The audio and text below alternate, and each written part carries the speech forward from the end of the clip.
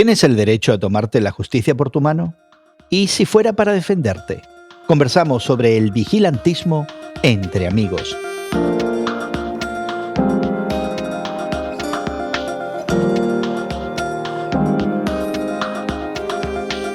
Gracias por acompañarnos entre amigos, esta conversación semanal que tenemos Guillermo Serrano, Elsa Mazón y tu servidor Jesús García, donde hablamos sobre la fe cristiana y su interacción con el mundo contemporáneo. Queremos invitarte a suscribirte a nuestro podcast y a seguirnos regularmente. Puedes encontrarnos en tu plataforma de podcast favorita y también información adicional en radiomoody.org. Hoy consideraremos el creciente fenómeno del vigilantismo, un vocablo que no se reconoce como palabra en español por la Academia de la Lengua, pero que pudiera definir esta práctica de constituirse en justiciero del orden público fuera de las instituciones de seguridad gubernamentales para tomarse la justicia por su mano, individual o colectivamente. En Estados Unidos es una práctica creciente, incluso provista de legitimidad en las cortes locales. El reciente caso de Kyle Rittenhouse es una clara muestra de esto. También recientemente el caso del asesinato de Ahmaud Arbery a manos de 3 de estos vigilantes. En ese caso, los agresores fueron declarados culpables y aguardan sentencias que pudieran ser bastante severas.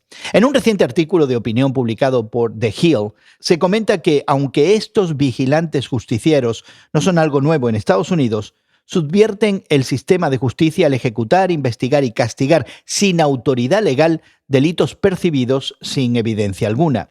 Otro artículo publicado por The Christian Century presenta este tomarse la justicia por la mano como un acto contra la ley natural. Y hemos hecho disponibles enlaces a ambos artículos y alguna información adicional sobre este tema en nuestra página de internet, radiomoody.org. Interesantemente, este vigilantismo también afecta de forma creciente a América Latina. Un estudio del Consejo Latinoamericano de Ciencias Sociales asegura que en las últimas décadas comunidades reaccionan defensivamente para proteger sus bienes y personas. Y creo, Guillermo y Elsa, que vemos aquí estas dos justificaciones del mismo fenómeno, a veces en tensión. Por un lado, la retórica en Estados Unidos de ese derecho a tomarse la justicia por la mano, y por otro lado, quizás en nuestra América Latina, esta idea de defenderse, porque las fuerzas de seguridad, la policía, el ejército, no nos defienden. No nos defienden las fuerzas policiales, los que están encargados de nuestra seguridad.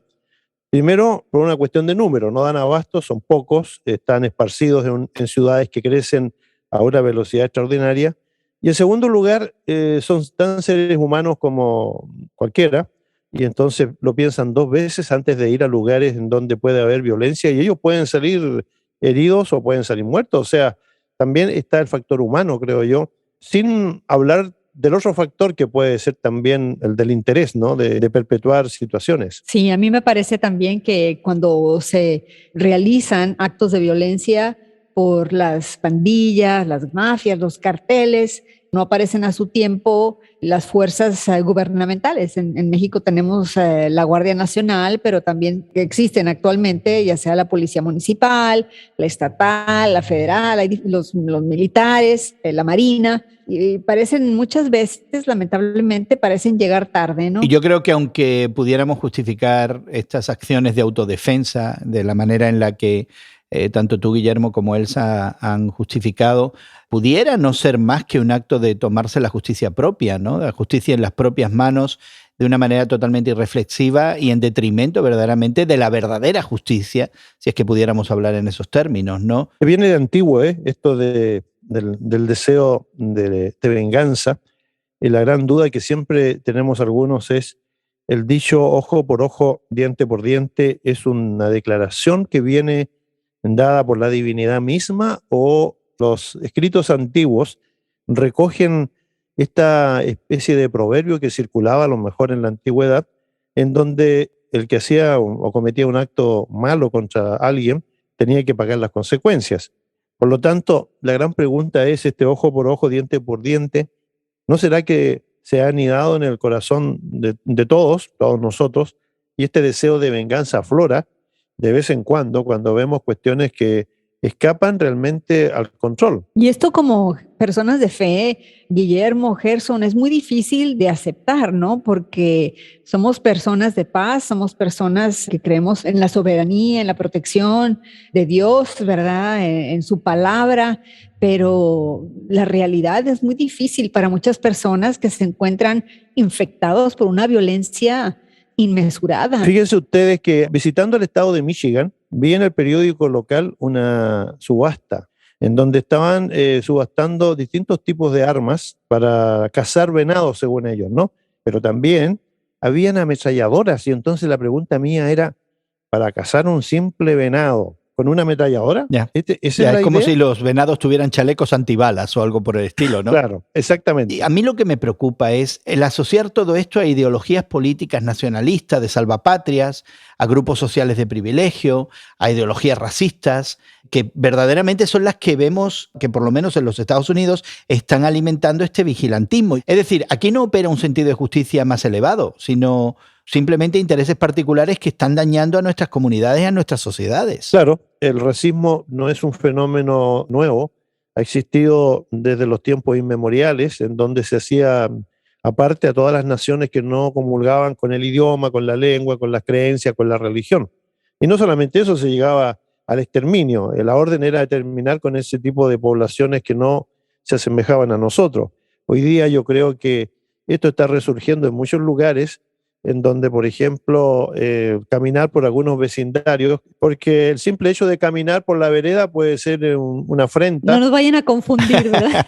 Exactamente, exactamente. Entonces uno debe tomar sus precauciones Sí. también. No, a mí me parece también que no hemos considerado que también, por lo menos en los Estados Unidos, hay una prevalencia, me parece, de enfermedades mentales, ¿no?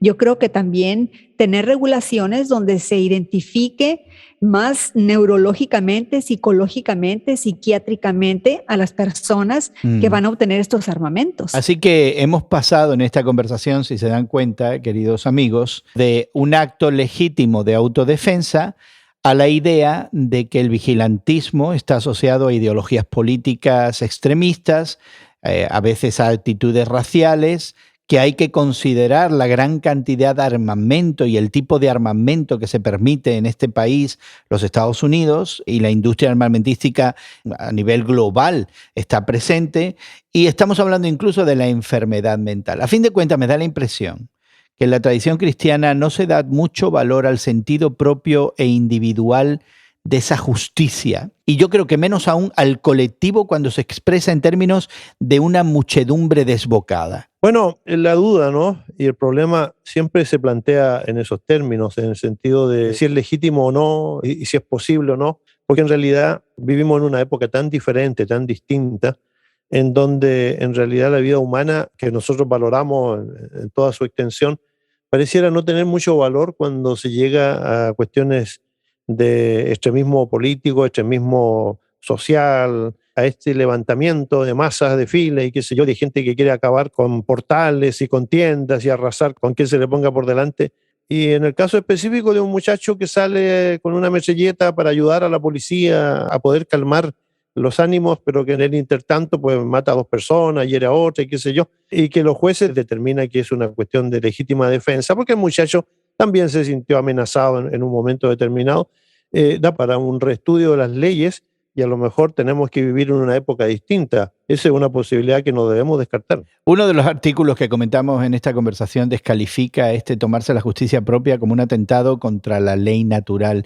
Me pregunto si el vigilantismo no es también un atentado contra la ley divina y si la realidad de esa condición humana debería informarnos que nuestra propia justicia, ya sea individual o colectiva, esa justicia revanchista y vengativa de la muchedumbre, es siempre fallida. Incluso si usáramos el lenguaje cristiano, ¿no? Siempre pecaminosa. Creo que debemos de reflexionar sobre la diferencia que hay entre la defensa propia y también lo que es ya un acto de revancha, ¿no? Porque las escrituras son claras en decirnos, ¿no?, que la venganza es del Señor.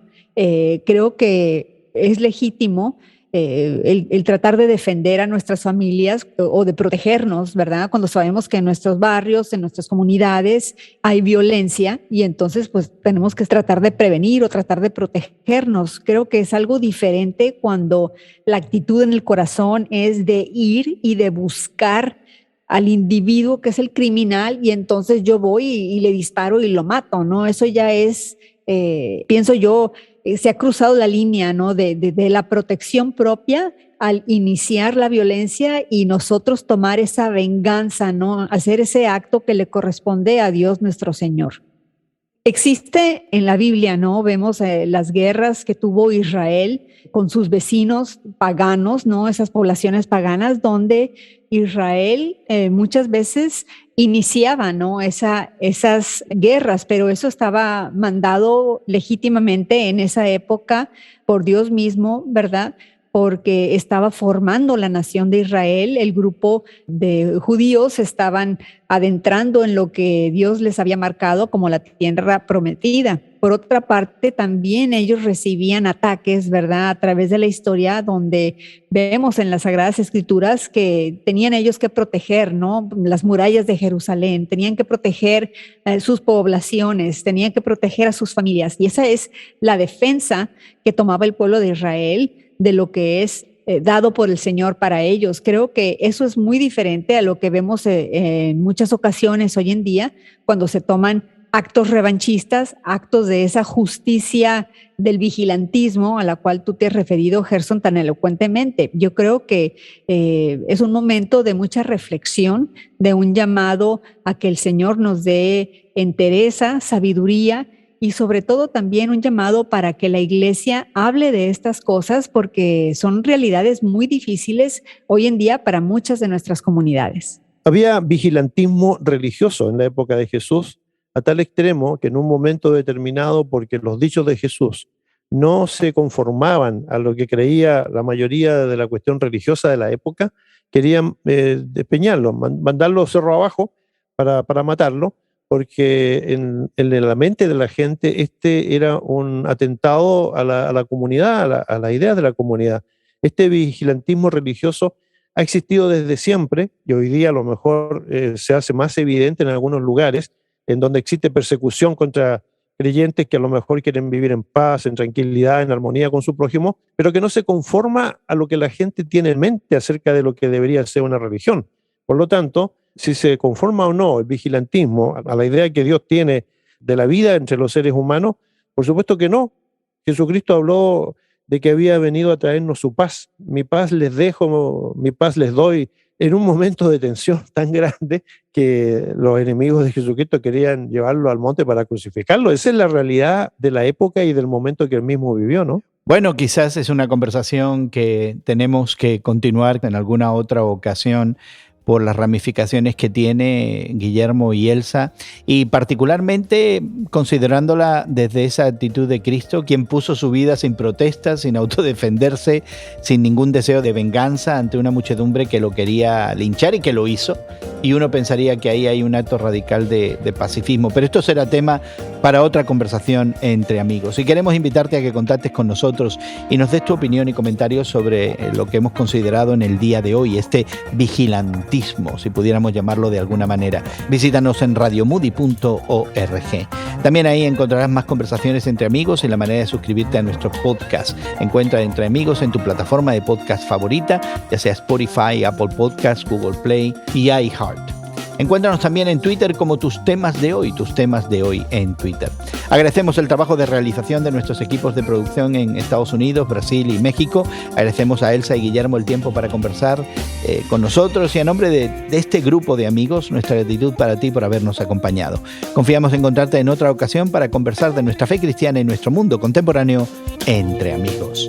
Que pases un buen día y que Dios te bendiga.